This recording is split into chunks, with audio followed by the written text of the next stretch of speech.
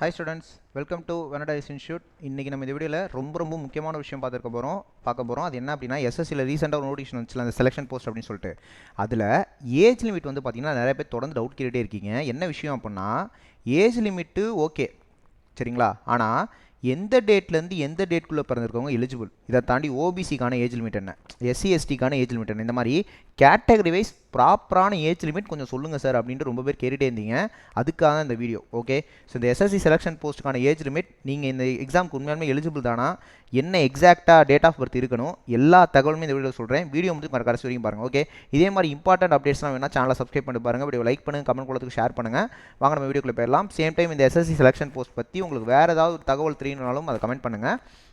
அதை பற்றின வீடியோஸ் உங்களுக்கு அடுத்தடுத்து வரும். அதனால் சேனலை சப்ஸ்கிரைப் பண்ணி ஃபாலோ பண்ணுங்கள். இப்போ வாங்க நம்ம வீடியோக்குள்ளே போயிடலாம். ஓகே, இப்போ நோட்டிஃபிகேஷன்லேயே தெளிவாக கொடுத்துருக்காங்க சரிங்களா. பட் அது என்ன கொடுத்துருக்காங்க அப்படின்னா, for the post for which age limit is 18 to 25 years, அதாவது எந்தெந்த போஸ்ட்டுக்கெலாம் ஏஜ் லிமிட் 18லேருந்து 25 கொடுத்துருக்காங்களோ அவங்க எந்த டேட்லேருந்து எந்த டேட்குள்ளே பிறந்திருக்கணும் அப்படிங்கிறத தெளிவாக கொடுத்துருக்காங்க.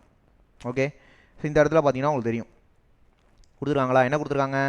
ஸோ 18லேருந்து 25 வயசுக்குள்ளே எந்தெந்த போஸ்ட்டுக்கெலாம் இருக்கோ அவங்களாம் must have been born not earlier than 2/8/2000. Okay, அதாவது நீங்கள் 2/8/2000க்கு முன்னாடி பிறந்திருக்கக்கூடாது. அப்போ நீங்கள் 1/8/2000 இந்த எக்ஸாமுக்கு எலிஜிபிள் இல்லை.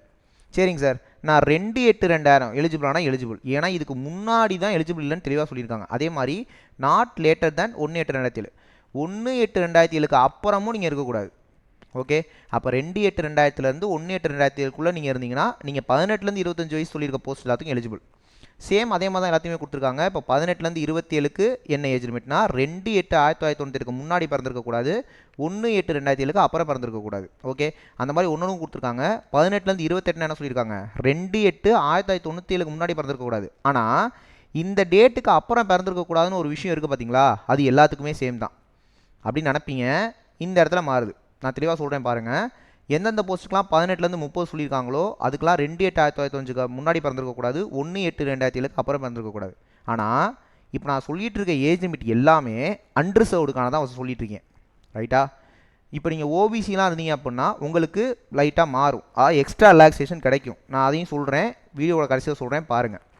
இப்போ எந்தெந்த போஸ்ட்டுக்கெலாம் 18லேருந்து 35 கொடுத்துருக்காங்களோ அதுக்கு நீங்கள் 2/8/1990க்கு முன்னாடி பிறந்திருக்கக்கூடாது, 1/8/2007க்கு அப்புறம் பிறந்திருக்கக்கூடாது, இதுக்குள்ளே இருக்கணுங்க, அவ்வளோதான். ஸோ 18லேருந்து 37 எந்தெந்த போஸ்ட்லாம் கொடுத்துருக்காங்களோ அதுக்கெலாம் நீங்கள் 2/8/1988லேருந்து 1/8/2007க்குள்ளே இருக்கணும். 18லேருந்து 42 எது கொடுத்துருக்காங்களோ அதுக்கு 2/8/1983லேருந்து 1/8/2007க்குள்ளே இருக்கணும். எதுக்கெலாம் 20லேருந்து 25 சொல்லியிருக்காங்களோ அதுக்கெலாம் 2/8/2000லேருந்து 1/8/2005க்குள்ளே இருக்கணும். ஓகே, ஸோ நெக்ஸ்ட்டு பாருங்கள். ஓகே, நெக்ஸ்ட் சொல்லியிருக்காங்க பாருங்கள். எதுக்கெலாம் 21லேருந்து 25 அதெல்லாம் வந்து பார்த்தீங்கன்னா 2/8/2000லேருந்து 1/8/2004க்குள்ளே இருக்கணும். ஓகேவா, எதுக்கெலாம் 21லேருந்து 27 அவங்களாம் 2/8/1998லேருந்து 1/8/2004க்குள்ளே இருக்கணும்.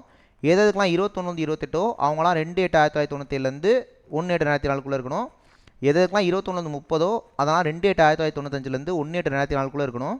எதெல்லாம் 25லேருந்து 30 அதெல்லாம் 2/8/1995லேருந்து 1/8/2000க்குள்ளே நீங்கள் பிறந்திருக்கணும். இது ஃபுல்லாகவே அன்ரிசர்வ்டுக்காக. ஓகே, சரி சார், இப்போ ஓபிசினா என்ன சார் நடக்கும் அப்படின்னா அதுவும் கொடுத்துருக்காங்க பாருங்கள். இங்கே பாருங்கள், இங்கே இருக்குது ரிலாக்ஸேஷன், நெக்ஸ்ட்டே இருக்குது. ஸோ அது தெளிவாக சொல்லியிருக்காங்க பாருங்கள். இப்போ வந்து எஸ்சி/எஸ்டிக்கு 5 இயர்ஸ் வந்து பார்த்தீங்கன்னா ஏஜ் ரிலாக்ஸேஷன் இருக்குது, ஓபிசிக்கு 3 இயர்ஸ் ரிலாக்ஸேஷன் இருக்குது. நீங்கள் பிடபிள்யூபி கேண்டிடேட்டாக இருந்தால் ஃபிசிக்கலி சேலஞ்சில் அந்த மாதிரி இருந்தீங்கன்னா 10 இயர்ஸு, ஃபிசிக்கலி சேலஞ்சிலே நீங்கள் ஓபிசி ஆனீங்கன்னா 13 வருஷம் கொடுக்குறாங்க, ஃபிசிக்கலி சேலஞ்சிலே எஸ்சி/எஸ்டி ஆனீங்கன்னா உங்களுக்கு 15 வருஷம் கொடுக்குறாங்க. அப்போ எப்படி சார் நாங்கள் எடுத்துக்கிறது அப்படின்னா, இப்போ எஸ்சி/எஸ்டிக்கு 5 இயர்ஸ், ஓபிசினா 3 இயர்ஸ் அப்படி கொடுத்துருக்காங்களா. அப்போ டபக்குன்னு மேலே போங்க. மேலே போனீங்க அப்படின்னா இப்போ 18லேருந்து 25ன்னு சொல்லியிருக்காங்களா. ஃபஸ்ட்டுக்கு இந்த இடத்துல பாருங்கள் என்ன சொல்லியிருக்காங்க, 18லேருந்து 25ன்னு சொல்லியிருக்காங்களா. அப்போ இந்த 18லேருந்து 25ங்கிறது நீங்கள் ஓபிசியாக இருந்தீங்கன்னா 18லேருந்து 28 வரைக்கும் நீங்கள் என்ன பண்ணிக்கலாம், எழுதிக்கலாம். அப்போ நீங்கள் இங்கேருந்து ஒரு 3 வருஷத்தை குறைச்சிக்கோங்க. அப்போ நீங்கள் 2/8/1997க்கு அப்புறம் இருந்தாலும் எலிஜிபிள் ஓபிசியாக இருக்க பட்சத்தில், அந்த 18லேருந்து 25ன்னு சொல்லியிருக்க போஸ்ட்டுக்கு. அப்போ ஒன்றுலையுமே நீங்கள் என்ன பண்ணிக்கலாம், ஓபிசியாக இருந்தால் இங்கே 3 அதிகப்படுத்திக்கலாம், இங்கே 3 குறைச்சிக்கலாம். அப்போ இந்த போஸ்ட்டுக்கு 1995க்கு அப்புறமே எலிஜிபிள், இந்த போஸ்ட்டுக்கு 1994க்கு அப்புறமே எலிஜிபிள், இந்த போஸ்ட்டுக்கு 1992க்கு அப்புறமே எலிஜிபிள், புரியுதுங்களா. இந்த போஸ்ட்டுக்கு 1987க்கு அப்புறமே எலிஜிபிள். ஏன்னா அப்பர் ஏஜ் ரிலாக்ஸேஷன் நமக்கு 3 இயர்ஸ் கொடுக்குறாங்க ஓபிசியாக இருந்தால். எல்லா போஸ்ட்டுக்குமே அப்படி தான். ஓகே, இப்போ எஸ்சி எஸ்டிக்கு எத்தனை வருஷம் சொன்னாங்க? 5 வருஷம். அப்போ இந்த போஸ்ட்டுக்கு நீங்கள் 18லேருந்து 30 நாளே தாராளமாக எழுதிக்கலாம். அதாவது நீங்கள் 2/8/1995 அப்புறம்னாலே எலிஜிபிள். 5 வருஷத்துக்கு நீங்கள் என்ன பண்ணிக்கலாம், நீங்கள் குறைச்சிக்கலாம் எப்போ நீங்கள் எஸ்சி எஸ்டியாக இருந்தீங்கன்னா. ஓகே, அப்போ ஓபிசியாக இருந்தீங்கன்னா ஏஜை 3 அதிகப்படுத்திக்கணும்.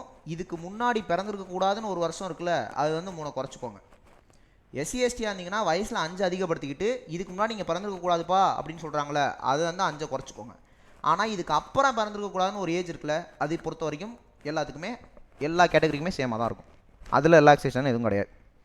ஓகே, சரி, ஓகே சார். இப்போ எந்தெந்த போஸ்ட்டுக்கு 18 to 25, எந்தெந்த போஸ்ட்டுக்கு 18 to 27, அதை கொஞ்சம் சொல்லுங்கள் சார் அப்படின்னா பார்த்துடலாம். ஓகே, இப்போ பாருங்கள், ஒன்றுக்குமே கொடுத்துருக்காங்க, தெளிவாக பார்த்துக்கோங்க. இப்போ நீங்கள் கேன்டீன் அட்டண்டன்ட் அப்படின்னா 18லேருந்து 25ங்கிறது ஏஜ் லிமிட்டான். அப்போ ஓபிசியாக இருக்கவங்க 18லேருந்து 28 வரைக்கும் பண்ணிக்கலாம். எஸ்சி எஸ்டியாக இருக்கவங்க 18லேருந்து 30 வரைக்கும் பண்ணிக்கலாம். இன்னொரு இது பாருங்கள், ஃபுமிகேஷன் அசிஸ்டன்ட் அப்படின்னு சொல்லிட்டு 18லேருந்து 25, சேம் அதே தான். ஜூனியர் இன்ஜினியருக்கு 18லேருந்து 30. ஓகே, ஜூனியர் இன்ஜினியருக்கு 18லேருந்து 30.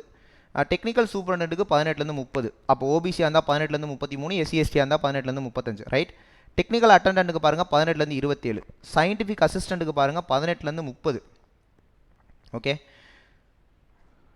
அடுத்து பாருங்கள், கேன்டீன் அட்டண்டன்ட்டுக்கு 18லேருந்து 25. எல்லாத்துக்குமே நீங்கள் ஓபிசியாக இருந்தீங்கன்னா அந்த அப்பர் ஏஜை 3 அதிகப்படுத்திக்கோங்க. எஸ்சி எஸ்டியாக இருந்தீங்கன்னா 5 அதிகப்படுத்திக்கலாம்.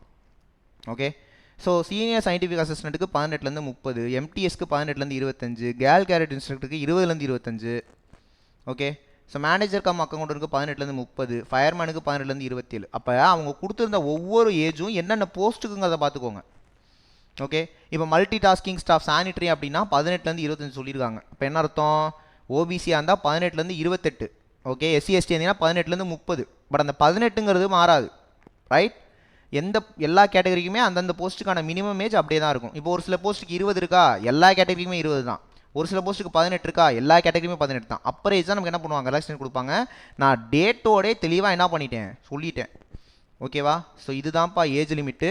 அப்போ நான் இந்த வீடியோவில் ஏஜ் லிமிட்டு என்ன, எந்த டேட்லேருந்து எந்த டேட்டுக்குள்ளே பிறந்திருக்கவங்க எலிஜிபிள், இதை தாண்டி ஓபிசிக்கு ரிலாக்ஸேஷன் எப்படி இருக்கும், எஸ்சி எஸ்டிக்கு ரிலாக்ஸேஷன் எப்படி இருக்கும், அந்த பிடபிள்யூடி ஸ்டூடெண்ட்ஸ்க்கு எப்படிங்கிற தெளிவாக சொல்லியிருக்கேன். வீடியோ உங்களுக்கு ரொம்ப ரொம்ப யூஸ்ஃபுல்லாக இருக்கும்னு நினைக்கிறேன். அதனால் இதுக்கப்புறம் போகிற வீடியோஸுமே என்ன பண்ணிக்கலாம், நீங்கள் சேனலை சப்ஸ்கிரைப் பண்ணி ஃபாலோ பண்ணிக்கோங்க. இந்த எஸ்எஸ்சி செலெக்ஷன் போஸ்ட்டுக்கு பற்றின எல்லா அப்டேட்ஸும் நம்ம சேனலில் வரப்போகுது. ஸோ தொடர்ந்து பாருங்கள். ஓகேவா? ஸோ வீடியோ கம்ப்ளீட் பண்ணிக்கலாம்ப்பா. தேங்க்யூ.